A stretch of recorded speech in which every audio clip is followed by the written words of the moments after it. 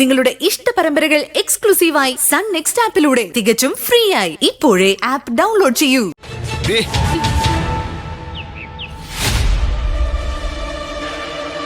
നിർമ്മാല്യ ദർശനം കഴിഞ്ഞിരുന്നെങ്കിൽ ആടിയന് ചിലതൊക്കെ പറയാനുണ്ടായിരുന്നേ. നിനക്ക് എന്താ പറയാനുള്ളത്? ചൂടാവാതെ എന്റെ ദേവിയേട്ടത്തി. അയ്യോ, തുറച്ചു നോക്കി ആ രണ്ടുണ്ട കണ്ണൂടി ഇപ്പൊ പുറത്തേക്ക് വരുമല്ലോ.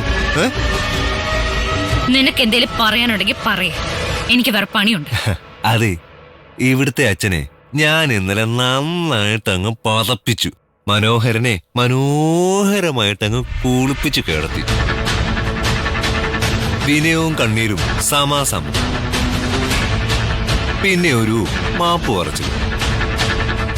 അതിലയാൾ വീണു ഒരു 90%. പാവങ്ങളെ പറഞ്ഞു പറ്റിക്കാൻ നിന്നെ പോലുള്ള ഫ്രോഡുകൾക്ക് പറ്റും. അതിന് പക്ഷേ അധികം ആയുസുണ്ടാവില്ല.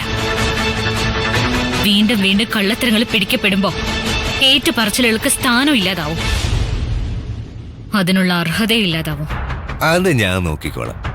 എന്നെ സംബന്ധിച്ച് നിത്യ തൊഴിൽ അഭ്യാസം.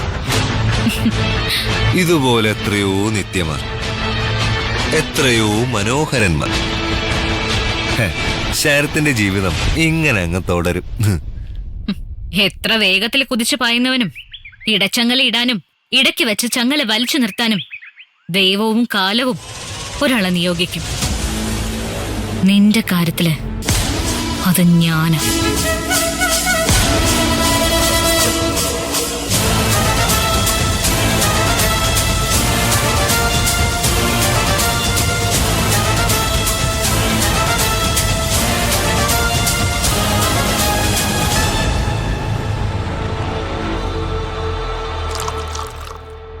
ഞാൻ നേരത്തെ പറഞ്ഞതല്ലേ ശരത്തേട്ടനോട്, അച്ഛനോടൊന്ന് സംസാരിച്ചാ മതിയെന്ന്. എന്തെങ്കിലും തെറ്റിദ്ധാരണ അച്ഛന്റെ മനസ്സിലുണ്ടെങ്കിൽ അതങ്ങ് മാറിപ്പോവുന്ന്. നേരത്തെ സംസാരിക്കണ്ടേ? എന്റെ ഈഗോ. നിന്റെ അച്ഛനൊരു വെറും പാവ, ശുദ്ധന. അതെ, അതുകൊണ്ടാണല്ലോ ആ ദേവിക എന്ന നാശം എന്റെ അച്ഛൻ ഇങ്ങനെ പറഞ്ഞു തിരിച്ചു വെച്ചിരിക്കുന്നത്. കഴിഞ്ഞ രാത്രി ഉണ്ടായ ബഹളത്തിനും ഞാൻ മാപ്പ് ചോദിച്ചിട്ടുണ്ട്. വെറുതെ നാട്ടാറ് മുമ്പിൽ അച്ഛൻ നാണം കെട്ടില്ലേ? ആ നാണക്കെടിഞ്ഞ കാരണക്കാരി അവളാ, ആ ദേവിക. അച്ഛനും അമ്മയും അത് മനസ്സിലാക്കാത്തതാ എന്റെ സങ്കടം. എത്രയോ ഇടിമിന്നല് പാഴായി പോകുന്നു. ഒരെണ്ണ അവളുടെ തലയിലൊന്ന് വീണാ മതിയായിരുന്നു. കൊള്ളിയാനും ഉന്നം തെറ്റും, പക്ഷേ കോലക്കൊല്ലി ടിപ്പറുകൾക്ക് ഉന്നം തെറ്റാറില്ല. അവര് ചാവണമെന്ന് എന്റെ ആഗ്രഹം. പക്ഷെ നമ്മുടെ ജീവിതം മറന്ന് ഒന്നിനും ശരത്തേട്ടും പോവണ്ട. ഇല്ല,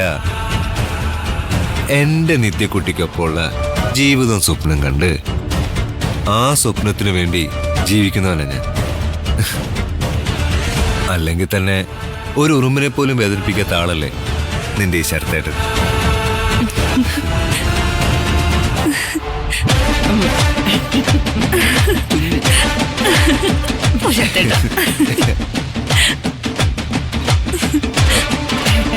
എന്താ ചക്കിയും ചങ്കരനും തമ്മിലൊരു കുശുകുശുപ്പ്? ഒന്നുമില്ല മുത്തശ്ശി. അച്ഛന് ശരത്തേട്ടനോടുണ്ടായിരുന്ന എന്തൊക്കെയോ ചില അനിഷ്ടങ്ങള് ശരത്തേട്ടൻ സംസാരിച്ചപ്പോ തീർന്നു എന്ന് പറയുമായിരുന്നു. അതാണോ? ശരത്തുമോൻ സംസാരിച്ചപ്പോ ഞാനും ഉണ്ടായിരുന്നല്ലോ. അങ്ങനെയാണ് കാര്യങ്ങൾ വേണ്ടത്. പറഞ്ഞു തീർക്കാനുള്ളത് പറഞ്ഞു തീർക്കണം, തല്ലി തീർക്കാനുള്ളത് തല്ലി തീർക്കണം. എല്ലാ ദേവികയുടെ കുത്തിത്തിരിപ്പാ. അത് പിന്നെ എനിക്ക് അറിഞ്ഞൂടെ? ഭൂമിയിൽ നിന്ന് തിരിച്ചെടുത്ത മകന് പകരമായി സ്വർഗത്തിൽ നിന്നൊരാളെ ദൈവം മനോഹരന് നൽകി. അതാണ് ശരത്തുമോൻ. പക്ഷേ മനോഹരൻ ആ മഹാഭാഗ്യം മനസ്സിലാക്കിയാ മതിയായിരുന്നു.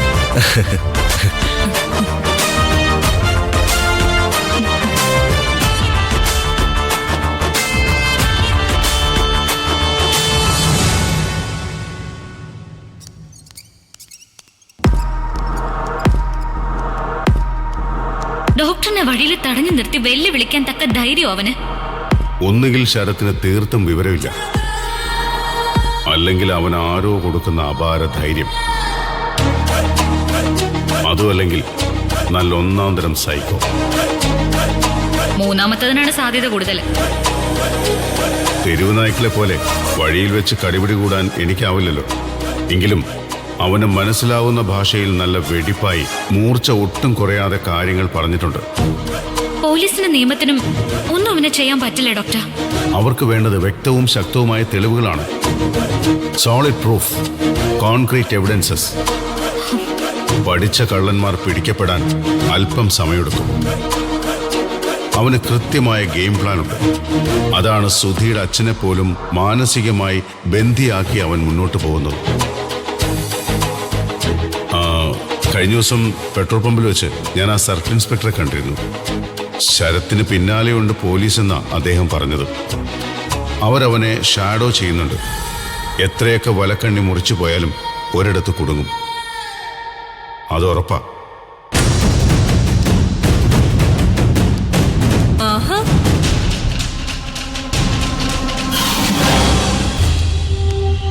എന്താണ് ഒരു കോറിഡോർ പ്ലാനിംഗ്? പരിസരബോധം ഇല്ലാതെ നിറഞ്ഞാടുകയാണല്ലോ. Madam please. എന്തോന്നും പ്ലീസ്? എന്റെ കൺമുൻപിൽ എന്റെ ഡാഡി ഉണ്ടാക്കിയിട്ട സ്ഥാപനത്തിൽ നിനക്ക് ശമ്പളം തന്ന് അഴിഞ്ഞാടം വിടണോ? എന്റെ ഭർത്താവുമൊത്തുള്ള ശൃംഗാരത്തിന് ഗുഡ് സർട്ടിഫിക്കറ്റ് അടിച്ചു തരണോ? അക്ഷര, ഇങ്ങനെ സബ്സ്റ്റാൻഡേർഡായി സംസാരിക്കരുത്. ഓ, സ്റ്റാൻഡേർഡൊക്കെ അവിടെ നിൽക്കട്ടെ. ഞാൻ ഇങ്ങനെയൊക്കെ ആയിപ്പോയി. ആട്ടെ, എന്തായിരുന്നു പ്ലാനിങ്? അക്ഷര ഹോസ്പിറ്റലിന് ബോംബ് വെക്കാനാണോ? അല്ല, ഒരാളുടെ തലയിൽ ബോംബിടാൻ. ആരുടെ? എന്റെ തലയിൽ? അല്ല, നിന്റെ ഒരു ആശ്രിതനായ ഒരു പക്ക ക്രിമിനലിന്റെ തലയിൽ. ശരത്ത് എന്ന നിഴൽ നരിയുടെ തലയിൽ. ഓ, ഇവൾക്ക് വേണ്ടി എടുത്ത കൊട്ടേഷൻ ആയിരിക്കും അല്ലേ? അല്ല, ഞാൻ എനിക്ക് വേണ്ടി കൂടി എടുത്ത കൊട്ടേഷനാണ്. എന്റെ കൊട്ടേഷനിൽ നിന്ന് ഭക്തന് പ്രൊട്ടക്ഷൻ കൊടുക്കാമെങ്കിൽ നീ കൊടുക്ക്. സഹി കെട്ടാൽ സ്കെച്ച് ചെയ്ത് സർജിക്കൽ ബ്ലേഡ് കൊണ്ട് വരഞ്ഞു കളയും ഞാൻ. വിളിക്കുമ്പോ പറഞ്ഞേക്ക്.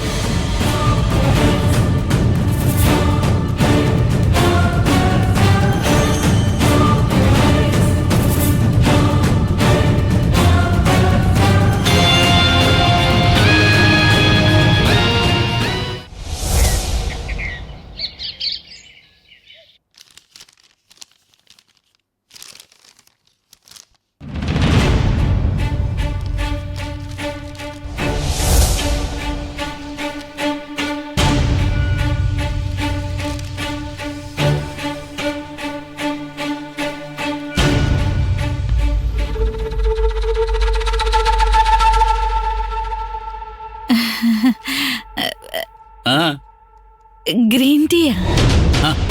അതിന് ഞാൻ ചായ ചോദിച്ചില്ലല്ലോ. എന്നാലും എന്റെ ഒരു കടമ വച്ച്. ഓ, സഹോദരിയുടെ കടമ. ഒരു കാര്യം തുറന്നു ചോദിക്കട്ടെ, എന്ത് കാര്യത്തിലുള്ള കൈക്കൂലിയായത്? അല്ല, പതിവില്ലാതെ ഈ കടമയും കലക്കിക്കൊണ്ട് വന്നതുകൊണ്ട് ചോദിച്ചാ. അല്ലെങ്കിലും എന്റെ ആത്മാർത്ഥത ആരും കാണത്തില്ലല്ലോ.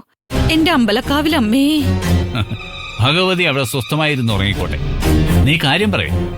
എന്ത് കാര്യം?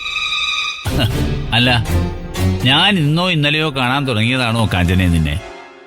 നീ ഒടിയന്റെ അടുത്ത് മായം തിരിയാൻ നിൽക്കാതെ എന്താണ് പറയാൻ വന്നത്? അക്കാര്യം പറഞ്ഞിട്ട് പോ. അല്ല, ഞാൻ ഇവിടെ ഇങ്ങനെ വെറുതെ ഇരുന്ന് മൊരഞ്ഞു. അതിന്? അല്ല, എനിക്കെന്തെങ്കിലും ജോലി കിട്ടിയിരുന്നെങ്കിൽ. എന്ത് ജോലി? എവിടെ? ആശുപത്രിയില് ജോയിൻ ചെയ്താലോന്ന് ഞാൻ ആലോചിക്കുക. അത് കൊള്ളാലോ. അല്ല, അതിനിടയ്ക്ക് നീ സ്വന്തമായിട്ട് ആശുപത്രി പണിതോ? ഏട്ടൻ കളിയാക്കണ്ട. നമ്മുടെ ആശുപത്രിയില്. നമ്മുടെ ആശുപത്രിയല്ല, എന്റെ ആശുപത്രി. എന്റെ വിയർപ്പും ചോരയും കൊണ്ട് ഞാൻ കെട്ടിയുയർത്തിയ എന്റെ ആശുപത്രി. എന്റെയും എന്റെ മരുമകൻ നിരഞ്ജന്റെയും കുറെ പാവപ്പെട്ട രോഗികളുടെയും ആശുപത്രി. എന്റെ മകളുടെ സ്ഥാനം പോലും അതിനൊക്കെ താഴെയാണ്. അതെ, അവിടെ എന്ത് ജോലിയാ നിനക്ക് ഞാൻ തരേണ്ടത്? ഞാൻ